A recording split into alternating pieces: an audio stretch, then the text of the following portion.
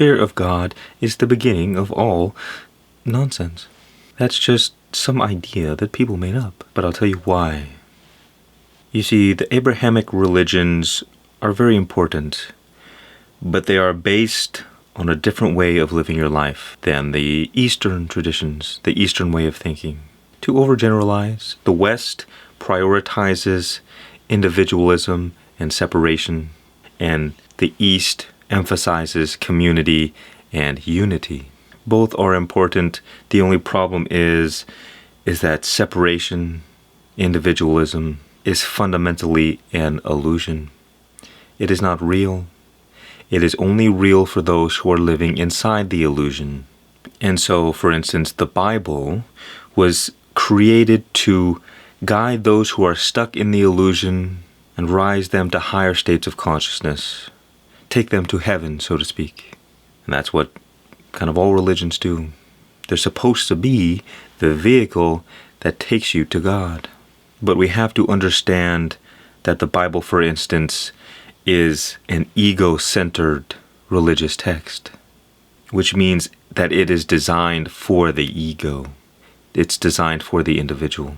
Whereas a philosophy like Advaita Vedanta in Hinduism is designed to expose the false reality of the separate individual and to realize your true nature as consciousness, the divine essence of God that you are. And so an example that I like to use is when you take psychedelics. You see, Terence McKenna once said that the danger of psychedelics is not taking too much, but it's actually not taking enough. In our everyday lives, we live from ego, and our ego is like a bubble at the center of our head. And the ego is connected to the source, and the source is a source of infinite energy, infinite creation. It is God. It is the kingdom of heaven. And so psychedelic mushrooms, much like a kind of deadly mushroom where if you eat it, you almost die instantly. Instead, magic mushrooms kill you psychologically.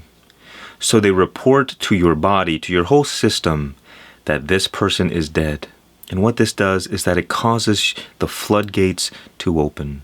In that consciousness floods the body and the ego is consumed. But you see what happens when you don't take enough psychedelics is that the floodgates don't open all the way. So they just open kind of. And the ego is here. Remember, the ego is your sense of individuality. You believe yourself to be the ego. And so here you have the self, which is your true nature. The source, this infinite ocean of consciousness, begins flooding into your brain and into your mind. And like a planet that drifts too close to the sun, the ego begins getting ripped apart. And remember, that ego is you. But you see, once you break through that wall, once the ego is completely consumed by the self, there is an overwhelming bliss that overcomes your body. You enter into communion with God, and you feel yourself to be in a state of perfect harmony. And that is why people are often very loving on psychedelics.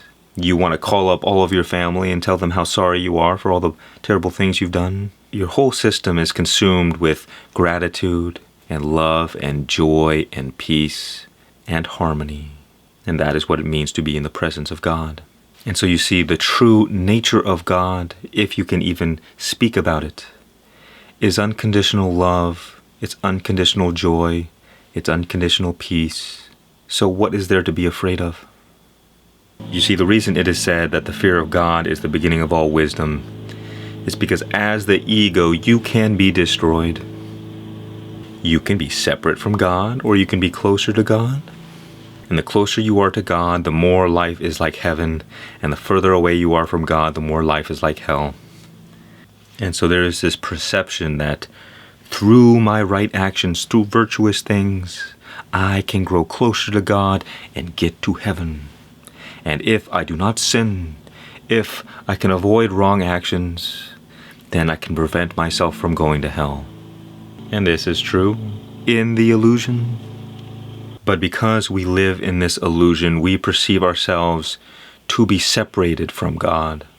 And it is our actions, our sin, that causes us to be separated from God. It's like if your friend was a heroin addict and he asked, "Hey, can I spend the night?" And then you say, "Oh, okay, you can spend the night."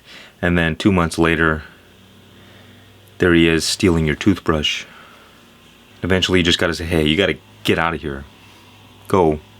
And to him, he might feel like you're punishing him. "You're throwing me back out on the streets? How could you do this?" But in truth, it was just his own actions that brought these consequences upon him. So there is an illusion of punishment. But you see, the mistake that people make is believing that God has not already forgiven you for everything you've ever done. That God does not know everything you will ever do, every thought you will ever have, every sin you will ever commit. Like somehow God didn't get the memo that you were such a bad person, and now he's looking at his creation and everything has gone a mess. It's our own silly, limited thinking that creates these narratives, that creates these dramas, and that makes people neurotic. If you have to beg for forgiveness every time you think you've done something wrong, then you're always living in this fear of doing something wrong. Because if you do not live a perfect life like Jesus, then God will come down and smite you. We all fall short of the glory of God. You see, the truth is that there is no separation. Think for a moment about the word God. No matter what religion, God means the same thing. It means the highest, the greatest, the most, the totality, the absolute. And so by any definition of the word, is there anything in existence that can be separate from God? Is there something that can be outside of God's jurisdiction, which he has no control or awareness or influence over? If the answer is yes, there is something outside of God, well, that means that it is not God, by definition. And if the answer is no, there is nothing outside of God, that means you can never be separated from God. That God is always with you right here, no matter what you do, no matter if you are the worst person in the world or the best. God is always here, nonetheless. And in this recognition, you realize that there really is no sin. You rise above good and evil, and you recognize that the darkness and the light are equally important for the wholeness of all things. Which means that it does not matter what you experience. It does not matter the content of your experiences. What matters is that you are here, and that you do experience, and that you recognize the truth about God. That God has already forgiven you for all things.